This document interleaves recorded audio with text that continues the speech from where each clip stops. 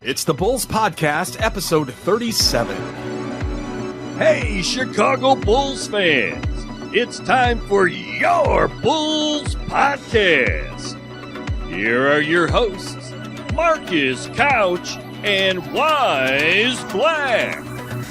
Welcome to the Bulls Podcast, coming to you from bullspodcast.com. This is where we bring the latest news, reviews, rants, rumors, and opinions on the players, coaches, and front office of the Chicago Bulls. My name is Marcus Couch, and with me is my co-host, Mr. Wyse Black. Yo, what up, Marcus? What up to all my Bull lifers, man? Hey, yo, Chicago, what is going on with our weather out here, man? Like, this is, it's sick, right? Like, we legit are in June right now, and we're having 50 and 60 degree weather.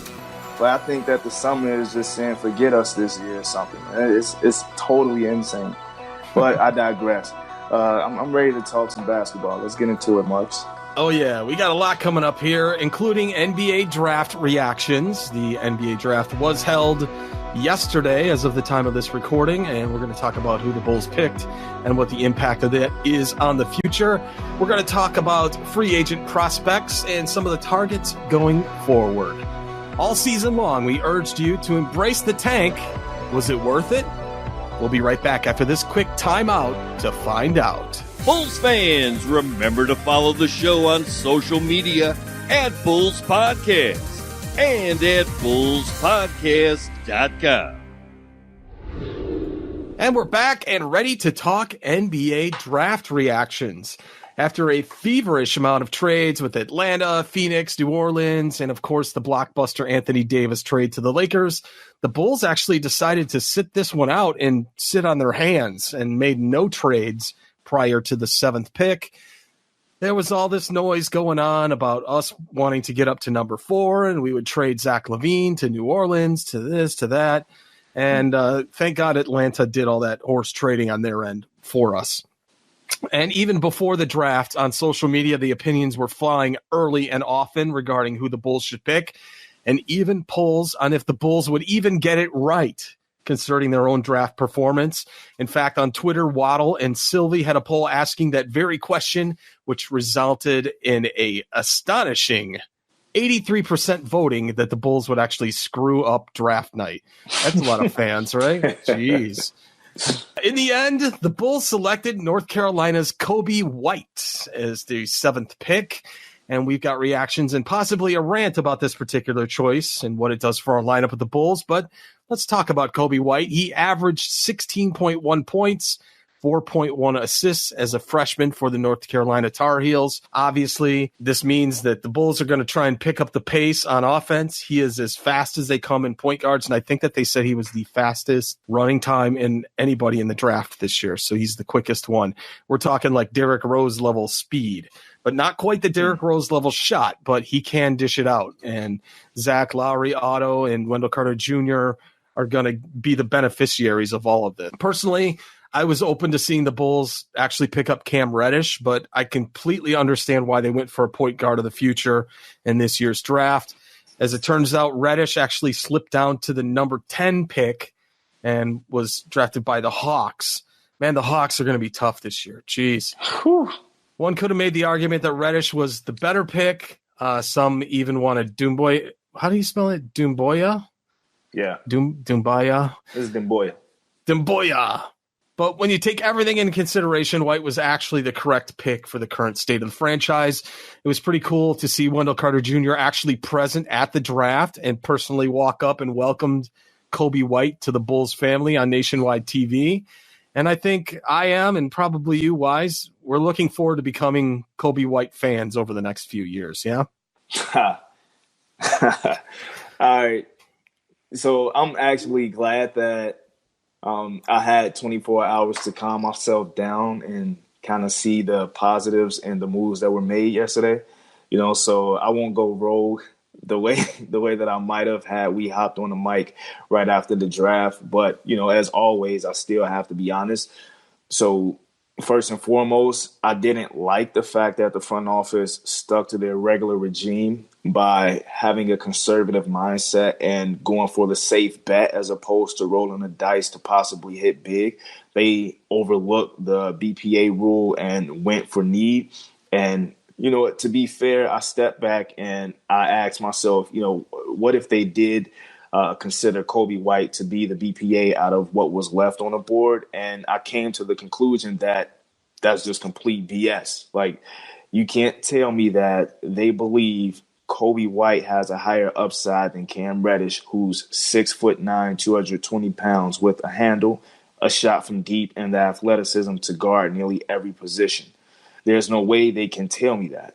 But fine, you know what? Like as you said, Marcus, we addressed a position of need with a guy who isn't bad. But yesterday, when the pick was made, all I could initially think about was Kobe's flaws. Like the fact that his handle is fluky to me. You know, it's not bad for an off guard or a forward, but as a point guard running a team in today's NBA, I think his dribble skills could be a lot tighter. And what I mean by that is when you see players like Dame and Steph, Kyrie Irving, even Chris Paul handle the rock, it looks effortless and smooth. But with Kobe, it's kind of out of control sometimes, and not to only harp on his handles, but also, I kind of question his ability to initiate offense and get other players involved strategically the way a pass-first point guard would, or even a player who has an all-around game at point like Dame, who can pass well, meaning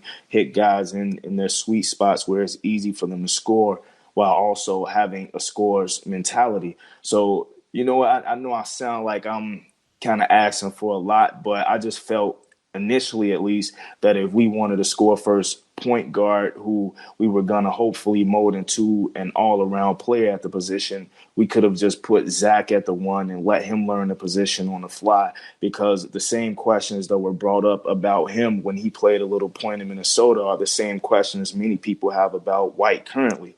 You know, can he learn to facilitate? Can he create for others while also creating for himself? Yeah, he's a nice scorer, but does he make the players around him better? These are all questions that were asked about Zach playing the PG2, but he was just, you know, he just never really was given a good shot at learning the position. And while I say that, I thought Zach actually made strides last season in terms of getting others involved while also creating for himself. But you know what, listen, I know, like, while I say all of that about Kobe, I do believe we could have done worse. And I see that he has a nice work ethic, seeing as how, you know, that was actually his first year ever playing point at UNC and on a higher level than high school, where he mainly was a two guard. And I also love the interview after the draft where he said his motivation came from his father. You know, when he was asked what FMF stood for, he said it meant for my father. And man, I can't do anything but respect that. Plus, the NBA analysts and some execs were really high on him too. So, you know, that's a good sign as well. But I mean, that was just basically my initial feelings on a Kobe White pick at 7. So here's my feeling on it. I'm with you. I think the best player available strategy works, but I think it was, there was one guy that was better than Kobe White, and he wasn't that much better than Kobe White in a lot of instances. That was their thinking. But, so when it checks out all the boxes, Cam Reddish didn't have that one that said runs the offense.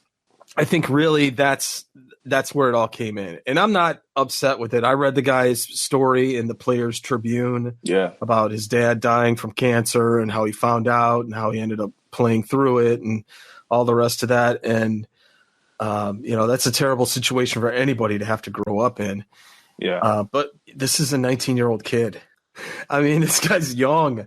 There's going to be time for him to grow into this role and get even quicker. But I want to see what he can do with a really fast-paced second unit. There's a lot of times this season, especially where Ryan Arcidiacono kind of led that second unit, and in a lot of instances made a pretty good comeback in the times that that second unit was out on the floor. True and enough. So I don't know who's going to come in for point guard. I don't know. John Paxson seemed to still talk about Chris Dunn in the press conference, but I'm not buying it. I think Chris Dunn's on his way out. And if you can look, here's the only thing, Gar and Pax, I know you guys are listening, but anything that you use to ship Chris Dunn out of town, he must be handcuffed to Cristiano Felicio. And it's about time for somebody to eat our bad contract. Right? Oh yeah, I'm with you 100% on that. But nah, even to go back to Kobe, man. Like I said, like that was just my initial reaction on him. But like you, I did read up a little bit more on him, and I do like the fervor and just the tenacity that he has, given the motivation that he's playing for. I didn't know that about him before the draft and all that. And I'm a firm believer in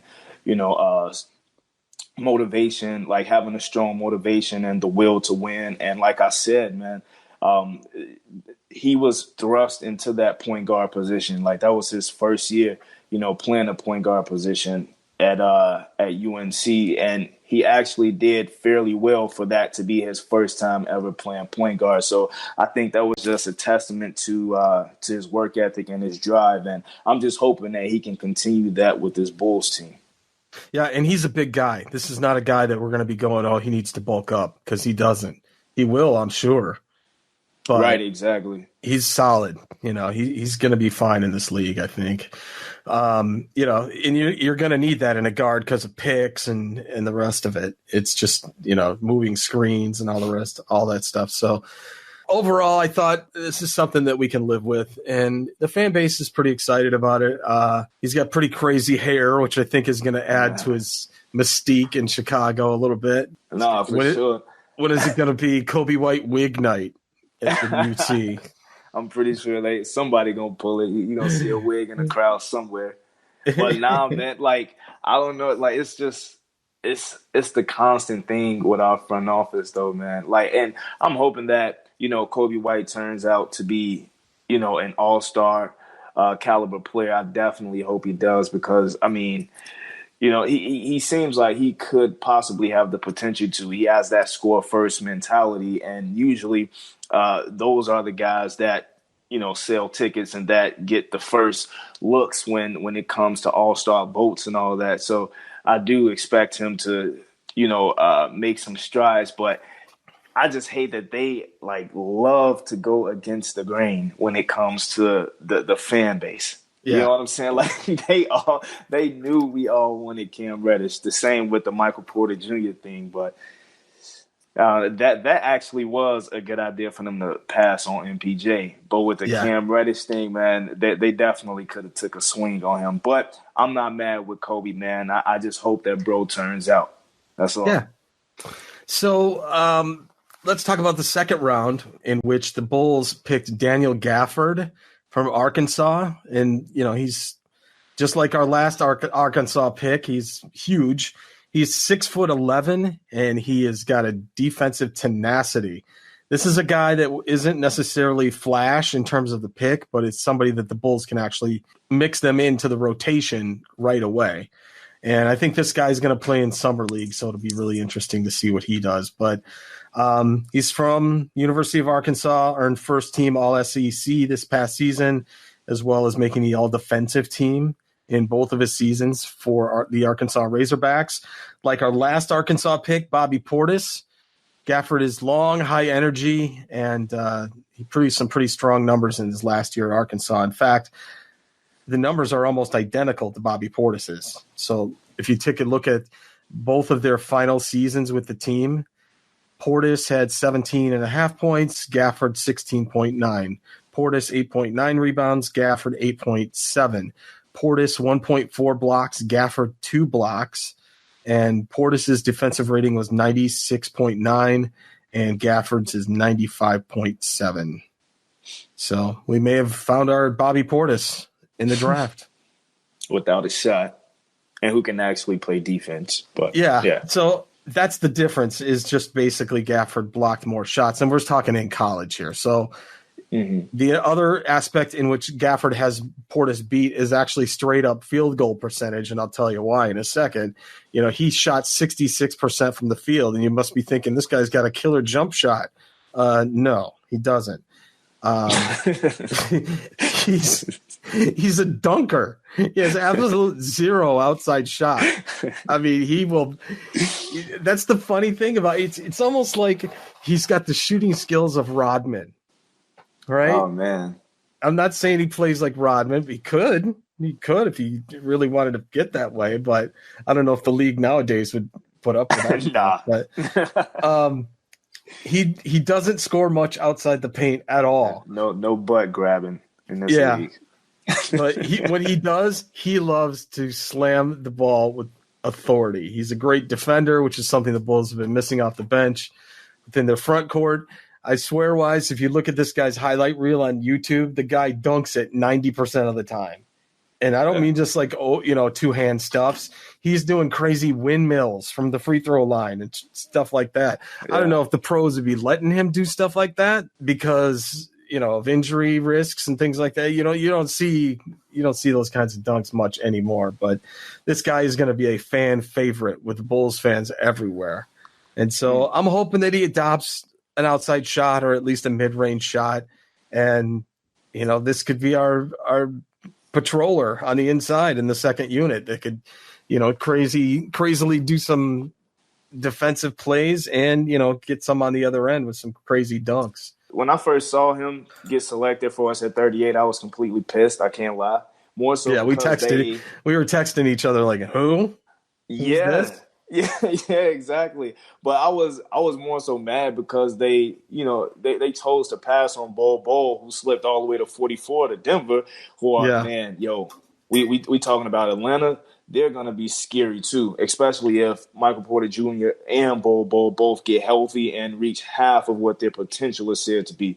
But I digress, man. But after looking at a little tape on Daniel Gafford on YouTube, I was pretty impressed with just how hard he plays on both ends. As you said, he's not going to wow you with a jumper from deep or anything. But, he is like one of those old school typical big men who knows their role. He's going to give you 100% on the floor when rebounding, blocking shots, and dunking. I just hope that he can do it at an elite level in the near future, especially with the addition of, big man specialists from what I hear in Roy Rogers. So, I mean, I'm happy we added some front court depth like we all expected we would, but now it's really a development game. We have to wait and see how this guy develops also with Kobe White and really just all of our players. So where do you think with this signing itself, and we'll get into more free agency stuff in a minute, but with Gafford being signed, do you think that's kind of a shove to Robin Lopez out the door? No, because we still don't have anybody behind Laurie.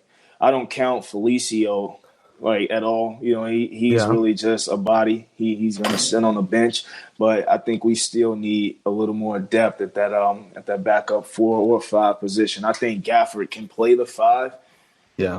And I actually expect Robin to walk if he gets a better offer somewhere else. So I think we still need a little bit more help in the front court. Yeah. So I projected that Gafford would actually back up Wendell Carter Jr. for the season. Mm-hmm. So we'll see about that. Yeah, I can actually see that. That's why I said either the 4 or the 5, because I actually like Gafford at the 5, and I would rather us get some sort of wing, like a guy who can play 3 or 4, to back up Warriors, something like someone similar to maybe a guy like what's the guy name in Indiana? Oh, I forgot him already. Thaddeus Young. Similar to Thad Young. I would love, a forward like that who can kind of do it all. So that's what I look for. So in other draft news, beyond Reddish falling past 10, are there any shockers in the draft? Some horse trading went on with Atlanta, New Orleans, Phoenix, the Lakers. Man, Atlanta was wheeling and dealing. They were taking advantage. Minnesota actually got themselves a move up in the draft, and they traded to Phoenix and picked Jarrett Culver in the draft. Don't know how those guys feel about that. Bol, as you mentioned, fell to number 44, so it looks like every team passed in the league. Every team in the league passed on the chance to take him at least once. right? Mm-hmm. So who knows what's up with him? And I don't know. He picked this weird spider jacket to wear at the draft. I'm sure that probably That wasn't fly to you. yeah. I'm sure these owners check with their spouses, and the women are like, I don't want to see a jacket like that. Come on. Who knows? That's going to be a meme. I don't know how, but it's going to be. So we talked last show about Dylan Windler. Remember, that was one of the two guys that I said would probably be a great pickup in the second round. Mm-hmm. Well, no kidding, because we had pick number 38 to pick Windler, but the guy actually went in the first round at number 26 to Cleveland.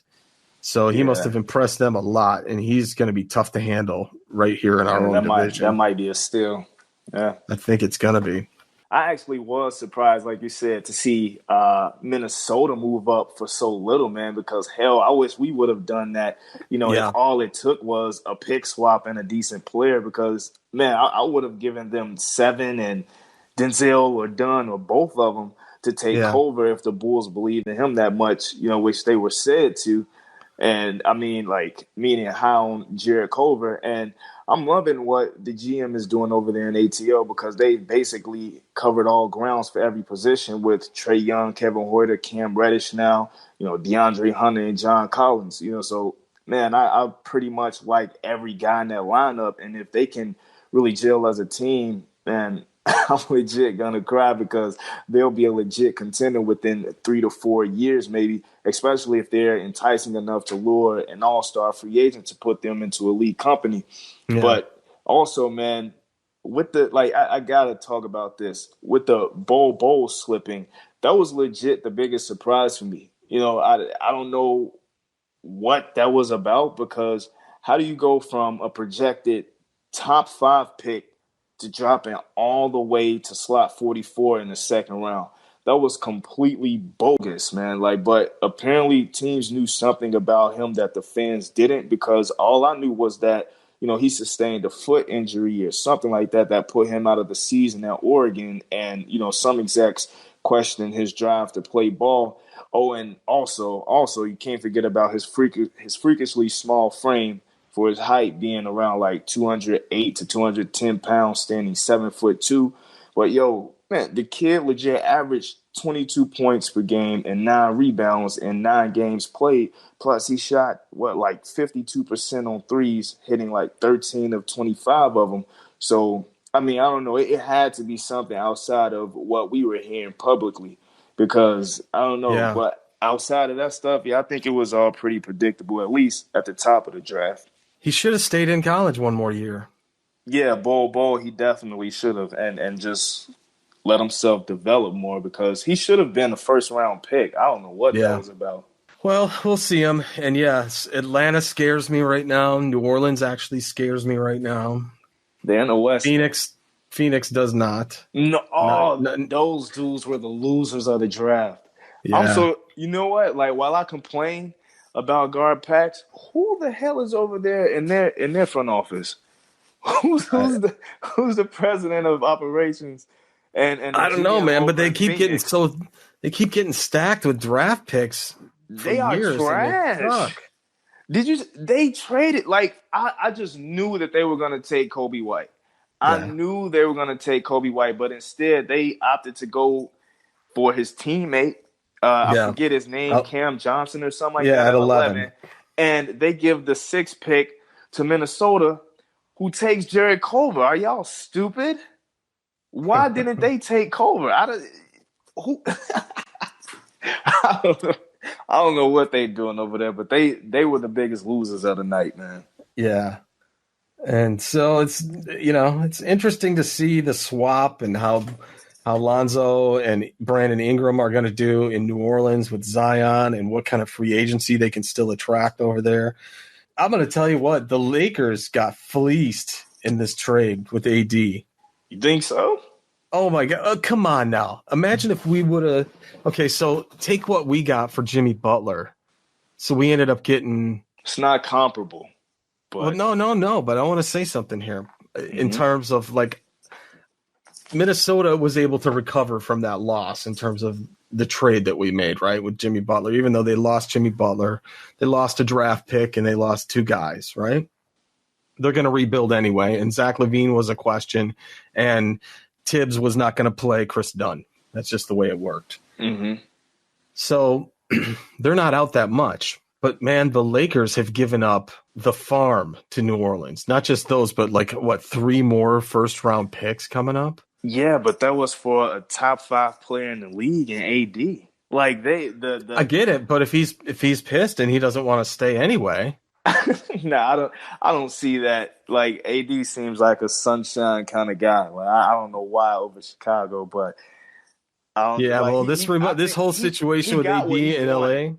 AD got what he wanted, so I think he's going to sign a long-term deal there. They can expect for AD to be there for a while, and they have LeBron for 3 more years. They're going to sign some savvy vets. I think LA is pretty decent. And to talk about the pieces that they gave up, they kept the most productive player in that out of those rookies who was a part of their core in Kyle Kuzma. They let go of Ball, who everybody knows how I feel about him, and Brandon Ingram has blood clots. And those 3 future first round picks, who's to say that they're going to be high if LA is good in the coming years? Yeah, I don't think they're going to be that good. I'll be honest with you. Well, I'm serious. I don't. You're the resident of LA, so you would know. But I don't think it was that bad of a trade. It feels like when Dwight Howard played for the Lakers that year. AD is not Dwight. Dwight was. I get it, but Kobe was in. Kobe was playing, and he was still playing well. LeBron ain't much better than Kobe. No, Kobe was a different animal than LeBron, though. And I'm not talking about on the court necessarily, but psychologically and the the manner in which he came at his teammates. LeBron is more of a lovey-dovey kind of guy, and he embraces teammates. Kobe, not so much. I think AD is going to have fun playing with LeBron, especially because he's going to feed him. LeBron is a pass-first guy, and that's probably why AD wanted to play with him in the first place. They're going to make a little bit of noise. Although, I'm not a Lakers fan, but yeah, I think they made a decent move. And then New Orleans, in terms of their end, what great timing. They got a top 5 guy who's ticked off, wants to leave. There was grumblings about it even during the season, before the draft lottery. Yeah. They get the number 1 pick in Zion. They get a bunch of new guys, and they can rebrand their whole image and sweep AD right under the rug, the entire situation. For real. That's exactly what they're going to do, because New Orleans, they're already taking down AD murals and anything that had to do with him. They're replacing it with Zion, and for good reason. I really expect Zion to go there and make magic happen, man. I mean, because when I look at that dude, I have never seen anything like him, man. 280, 6'7", doing the things that he does like that. I'm worried about his knees, man.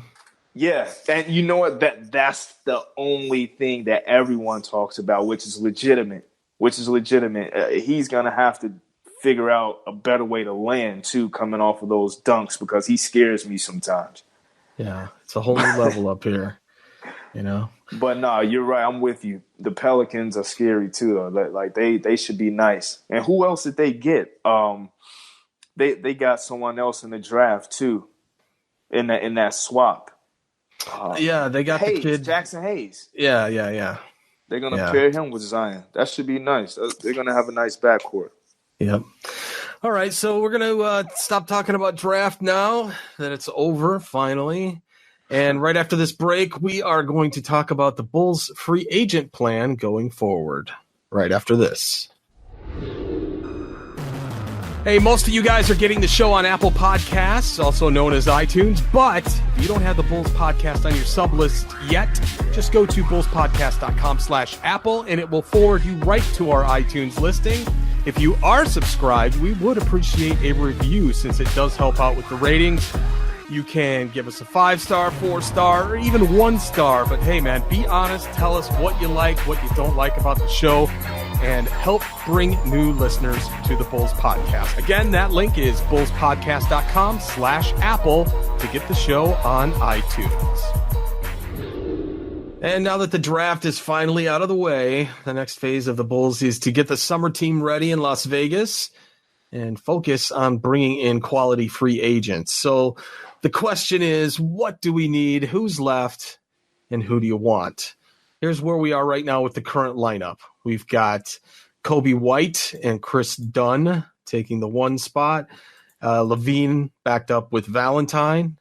Otto Porter Jr. backed up by Chandler Hutchison. Lowry backed up by, don't know that one yet. And Wendell Carter Jr. backed up by Gafford, the new draft pick. So then we round that off with the 4 remaining bench players that are actually still under contract. So we got Antonio Blakeney, Cristiano Felicio, the Brazilian Marshmallow, Shaq Harrison, and Walt Lemon Jr. is under contract for this year. So, Wyse, with this current lineup, what do you think about the bench players? What do you think about the guys on the bubble like Lopez and Ryan Arcidiacono and some of the other guys? Where are you at right now with this lineup? So I feel like obviously we need a veteran point guard who's going to help this team build a strong culture and, one who can hopefully help mold Kobe White into a legit point guard in the league. I really don't expect him to start.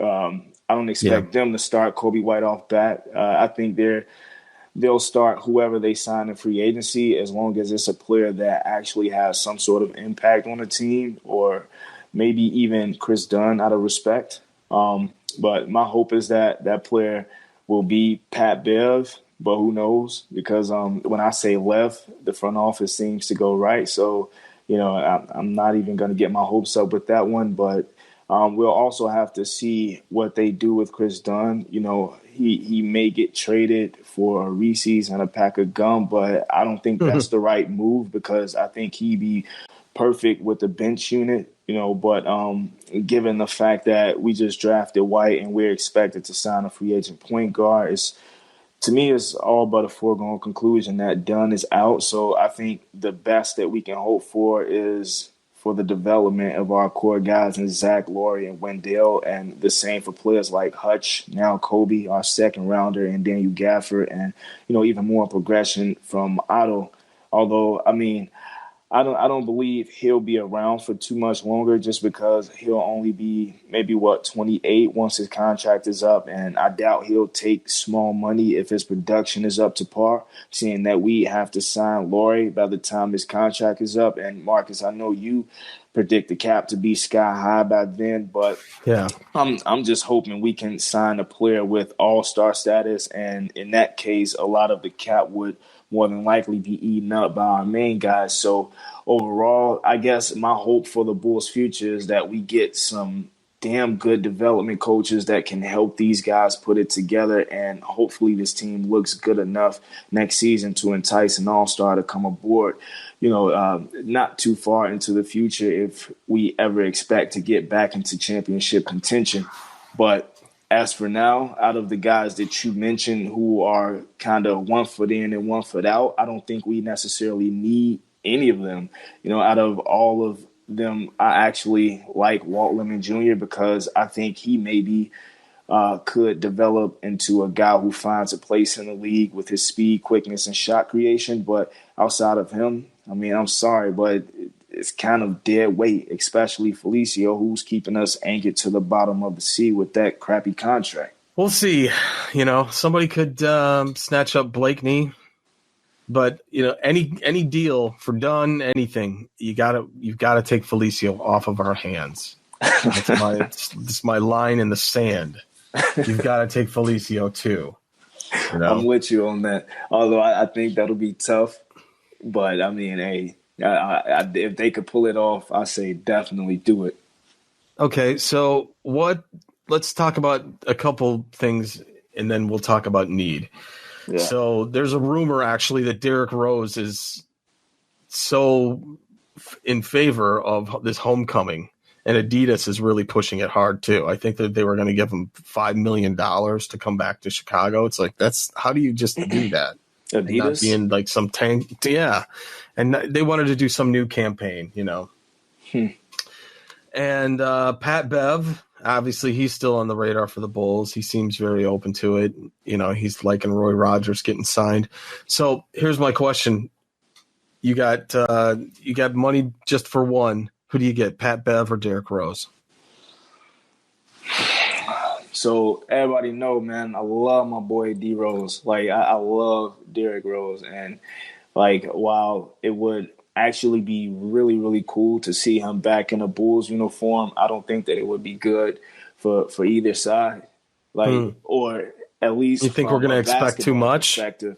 Yeah, I really do. And I think just with Derrick Rose's, I said this before, but with his injury history, man, I think any time that he has, and now he doesn't really have too many problems with injuries, but he still has knick-knack injuries. He'll sit out for maybe 2 weeks or so, where he may end the season only playing like 57 to 60 games or something like that. But yeah. I think that it'll just be terrible for the fans and for D Rose mentally more so.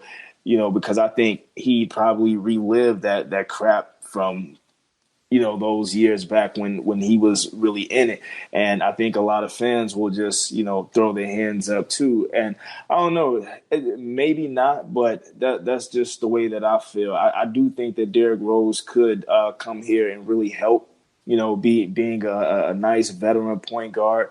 But all in all, I think the only people that it helps bringing on Derrick Rose is the front office and Adidas, because like you said, they want to do this whole campaign thing and all of that, and they just sell jerseys. So they're the only ones who would benefit from D Rose coming back more so, I think. So I would rather just, sign Pat Bev, man. Like I really would love to have Pat Bev come along, because I think that what he brings to this team would be just the ultimate veteran that we need to just help shape this culture, like give us an identity more so on the defensive end. But I think overall, I think that he helped these young kids learn that, learn how to have some stickability in the league, because Pat Bev was one of those guys that got it out the mud, as they like to say. Like he got it from the ground up. I don't even think Pat Bev was drafted. And you look at him now, he's been in the league, 10 plus years, 9-10 years or something like that. And he's been a contributor on every team that he's went to. And a lot of people talk about his defense. Yes, that is his strongest attribute, but he also contributes on the offensive end as well, mainly with his three-point shooting. And I mean, those guys are at a premium right now in the league. Everyone's looking for three-point shooters. So I definitely think that he would be the better addition in comparison to D Rose right now for what we have on this team. And so Dunn would have to go if Beverly signed. I think that they move him. I don't think he necessarily has to, because I do think that Dunn still has some value. I'm not ready to give up on Dunn, because I've seen how he looks when he's not playing alongside Zach LaVine. His confidence just seems like it shoots up. But Chris Dunn is one of those guys that are just he's up and down, and I don't know. I think he needs to find that one thing that he does really well on offense. I thought it was, his mid-range game, but it seemed like he took a step back even in that aspect last season. I don't know what it is, but I think it's mainly confidence with Chris Dunn, and I think he gained that coming off of the bench. Okay, now let's go to another topic of former Bulls coming back. You got talk of Joakim Noah and Taj Gibson. Now, I could see Taj in this scenario. Maybe not Joe. Nope. Taj, what do you think? He'd be the perfect Lowry backup, wouldn't he? Of course he would. Yes. I would absolutely love that. I would love for Taj to come here, man. And I think much like Pat Bev, he would be that gritty, hard-nosed vet that would help shape this team, man. He would give these young guys some soul, because I think that's a lot of what we lacked last season too. You know, you had guys like, De'Aaron Fox and them over in Sacramento making fun of us. And I don't know, it was just a complete, joke. And I thought that a lot of teams didn't take us seriously. The Boston Celtics giving us our worst loss in franchise history. I don't know, teams just took us for a joke last season. And I think bringing on two guys like Pat Bev and Taj Gibson, it would definitely help turn it around because while, you can't necessarily knock guys over in this league today, I think that guys like Taj Gibson and Pat Bev are the exception for that because they find loopholes around that because I feel like they get in the heads of their opposed players. So I don't know. I would love to have those dudes here in Chicago, man. So what do you think of this rumor that they're going to have Malcolm Brogdon come on board? I've heard 4-year, $80 million. So that's $20 million a year. Mm-hmm. I saw that. What's your opinion of that?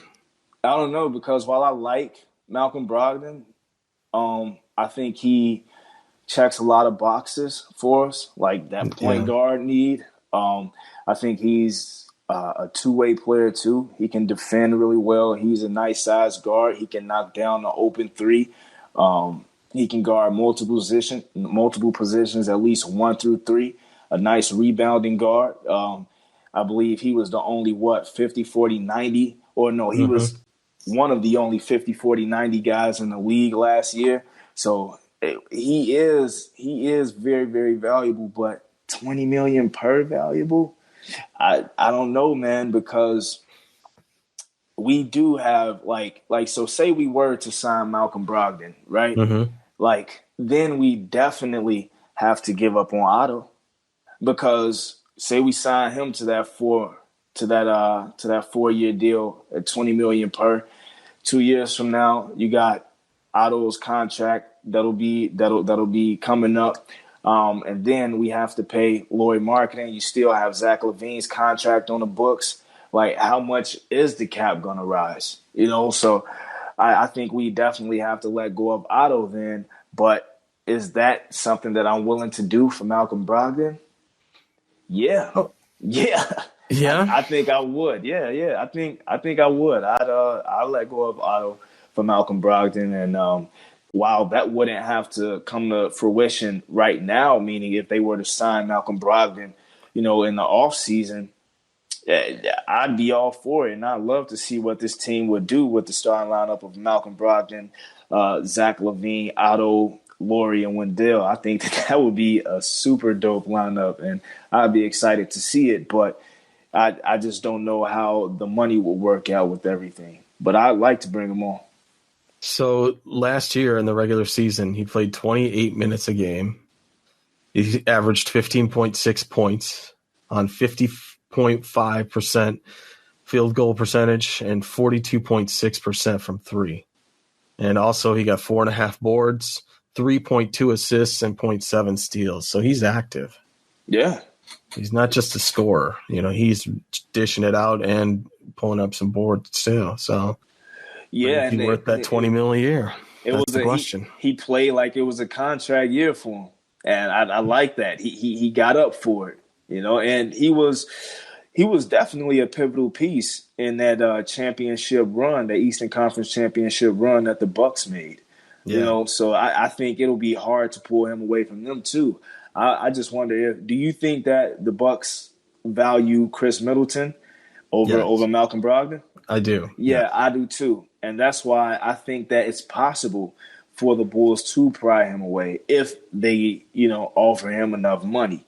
But my only thing is I wonder if because he's one of those quiet dudes, I wonder if he's of that, Kawhi Leonard mode. And I wonder if he would care more about the run that Milwaukee made last year, nearly making it to the championship and possibly winning it all. So I wonder if he'd be willing to give them some sort of deal, and take less money instead of, going to a team that's trying to improve. Well, that's if the Bulls throw down 80 mil, I mean, the Bucks can match it. So right, so he's restricted. Yeah, so what we could do is, maybe we're just trying to screw Milwaukee. Like Houston did to us one year. Remember that with the Zeke? Yes, sir. I mean, I'd be all for that too. Why not? But like, Yeah, when they'd go into the luxury tax though, would they? yeah, and so that's Yeah. like, and then because you still got to re-sign Middleton, Right. Right. Giannis. I don't know when his deal is up, Oh but no! You know what? Nah, but I just remembered. That's the reason they're gonna sign Malcolm Brogdon. They yeah, just got Tony Snell's contract off of yeah, the he's books. off They to freed up Detroit, like 12 million. So 11.3 that's mil. Yeah, right. So that's gonna help. That's definitely gonna help them. I think they're gonna re-sign him. That was the whole purpose of that move. hmm. So I think we can forget about Malcolm Brogdon, to tell you the truth. Well, we'll see. We'll see what happens for sure. So, what else? I mean, anything else catch your eye about free agency right now? Conley's going to Utah. Yeah, yeah. Oh man, they're gonna be so dope. Like, while I didn't like Conley for the Bulls, like at all, just because it really wouldn't have made sense for our timeline and everything. But Utah, they're different because I think the West is wide open next year, man. Like, I know that AD and LeBron just paired up, but looking at what just happened in Golden State with KD being out and Klay Thompson, Yeah, they're no longer the favorites, like by far, like at all. Steph and Draymond, they're not enough. So I think that the Utah Jazz are just gearing up to try and go for it all. And I think that was a nice move by them. Although I will say, I think they gave up a little bit too much. Memphis did a really good job in that deal by prying all of that away from them. They got yeah. Grayson Allen, Crowder. They also got a future first, and they got this year's pick from Memphis. I think that's their second pick outside of Yeah. the number two.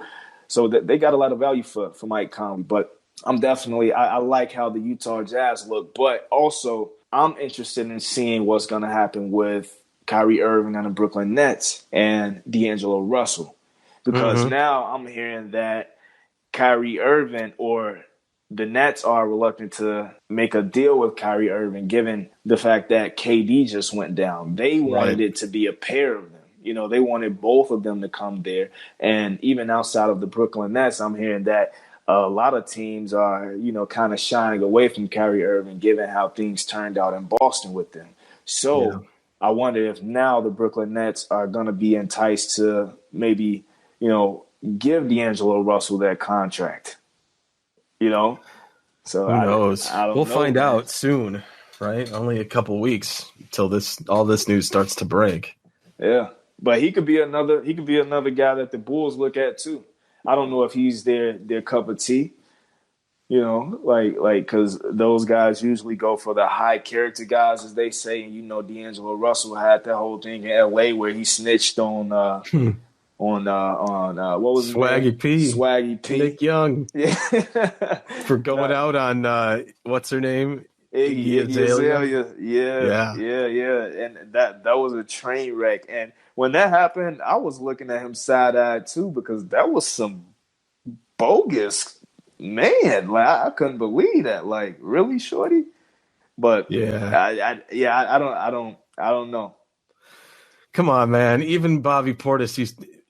I get what you're saying with guy code and all that, but even you got to forgive and forget sometimes in this league. There are a No, bunch of crazy guys playing in this league. No, I get that. I get that. But I made that point to say that the front office, you know how much they harp on high character guys. They always speaking about that. And D'Angelo Russell had a little history of, like causing some ruckus in a locker room.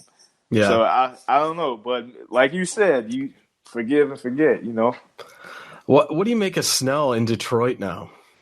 Nothing. Here's the shocker in me. I wasn't shocked that he got traded. I was shocked that he's making 11 mil. Tony Snell? Yeah, he needs to hug his agent, man. Like he definitely needs to be kissing his agent's feet, because I don't know how he got that out of Milwaukee. I mean, He got Felicio's agent. he probably does. Both of them were over here at the same time, so he probably does, man. Yeah, you seen Felicio's IG this week or this past week? Nah. What Oh he man, he's balling in Brazil, rolling around in a brand new Dodge Demon, whatever that is, Challenger. Dodge team. Yeah, I was hanging about to out, say they made a new model. living the life. Nah, that's Yeah, dope. Good for Felicio, man. Like once his career is over in yeah, 2 seasons, he's gonna go to Brazil and live like a king. yeah. He's gonna laugh at us, man. He's gonna But say, yeah, I do think his I career is didn't. over in 2 seasons. Yeah, Once this contract Felicio's is up. line this year is, "I didn't need to work out to get rich."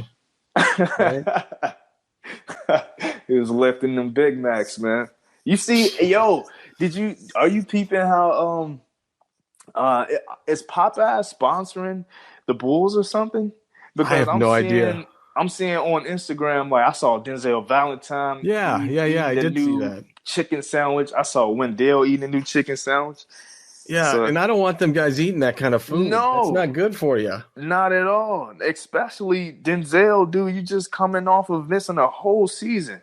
What are Yeah, you doing playing around with that food? he's been eating Popeyes for a year. What's the difference?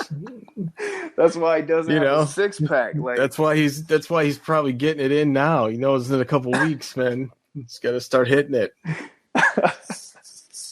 oh no, man. But that's why stuff like that, man. That's stuff like that is what you question. Like, you need Boylan should have checked him for that. Like, dude, you know that you shouldn't be eating food like that, man. We have the season coming around the corner in a few months. I know it was over. I know you set out the entire year, but Yeah. that was your time to get on your job, to make your game better, because Denzel Valentine, based on what he showed us, you know, during his time when he was playing with the team, he doesn't have any room for error. No. Denzel Valentine is on thin ice. Like, I'm sorry, Fred, but he's not that great of a player. Like, he's not like necessarily a core piece. He's very expendable. So he needs to get it together. Put down the chicken sandwich, bro. Pick up the ball. Pick up some weights. Like, stop it. Who do you think? Okay, so you being a Chicago guy, let's think this one over. Yeah. Who do you think is going to be the first city endorsement that Kobe White gets? Like, you know, doing a commercial for, like, what company or what restaurant? Kobe White. Kobe White. With that crazy hair. Yeah, that's you think he's going to be doing like Jewel commercials or, you know, BMO Harris Bank? That's what I was thinking about, BMO, but I think some companies probably going to try and make a tie-in with the hair thing, because he does have really nice hair. Shoot, who really stands out? That's Chicago based. Does he have a nickname? Man. No, not that I know of. Chuck Swirsky said his nickname should be the Blur. The Blur? Because he's so quick. Because of his speed. Yeah, that's kind of typical, but I think we could do something better for him. Yeah, I don't know. We'll see. So, you know, Pat Bev, they're talking about he's in the $10 to $12 million range. Are you comfortable giving Pat Bev that much money? Sheesh, Pat, word? Like, you want 12 mil? Bro? Been in the year 7 years. He's 31 years old.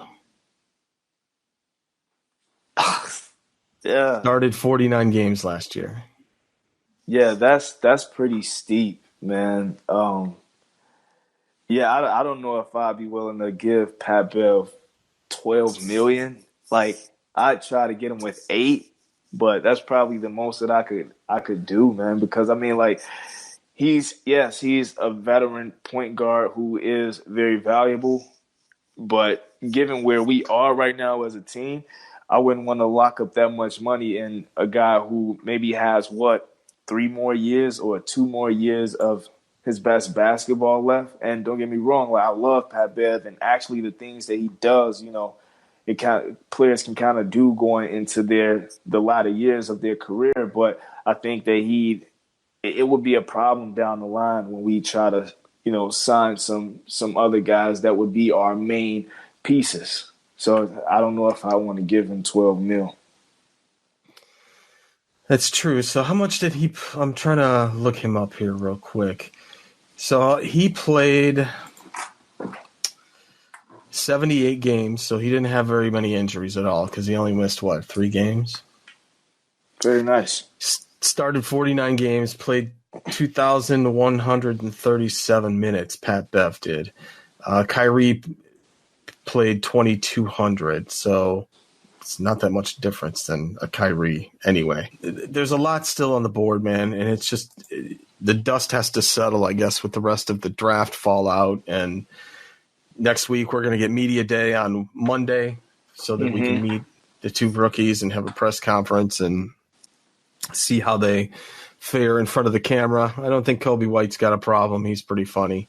And he's already declared that he's a Sox fan over Cubs fan. So nice. Which is what a good company man should do since they share the same owner, the Bulls and the Sox. Yeah, that was smart of Kobe. Yeah, kind of a safe call there, my man.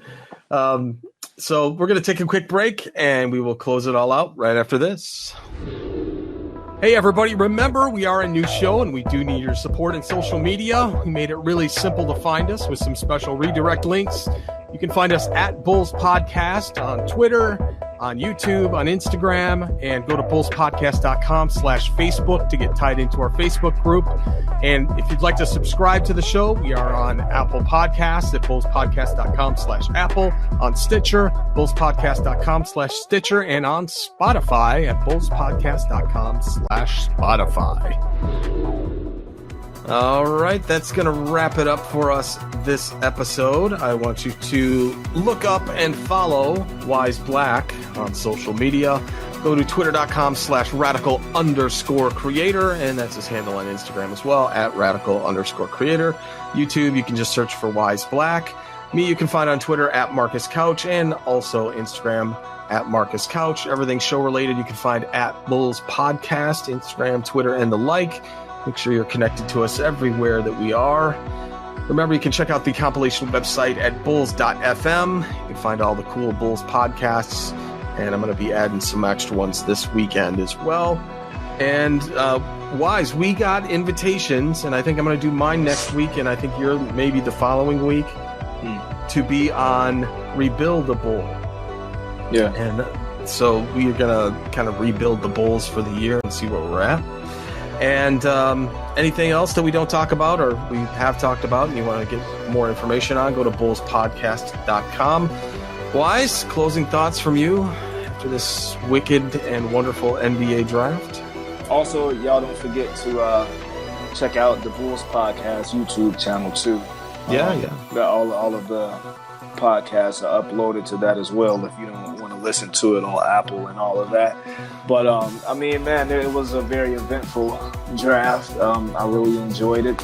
I'm just looking forward to the summer league, man. I can't wait to see Kobe out there, Daniel, with the rest of the guys. I'm wondering if the Bulls are going to keep some of the reserves that we had, like Walt Lemon and or Archie Diacono. Where's Ryan gonna go? I haven't heard anything from Archie either. That's really surprising because I thought he fared pretty well last season.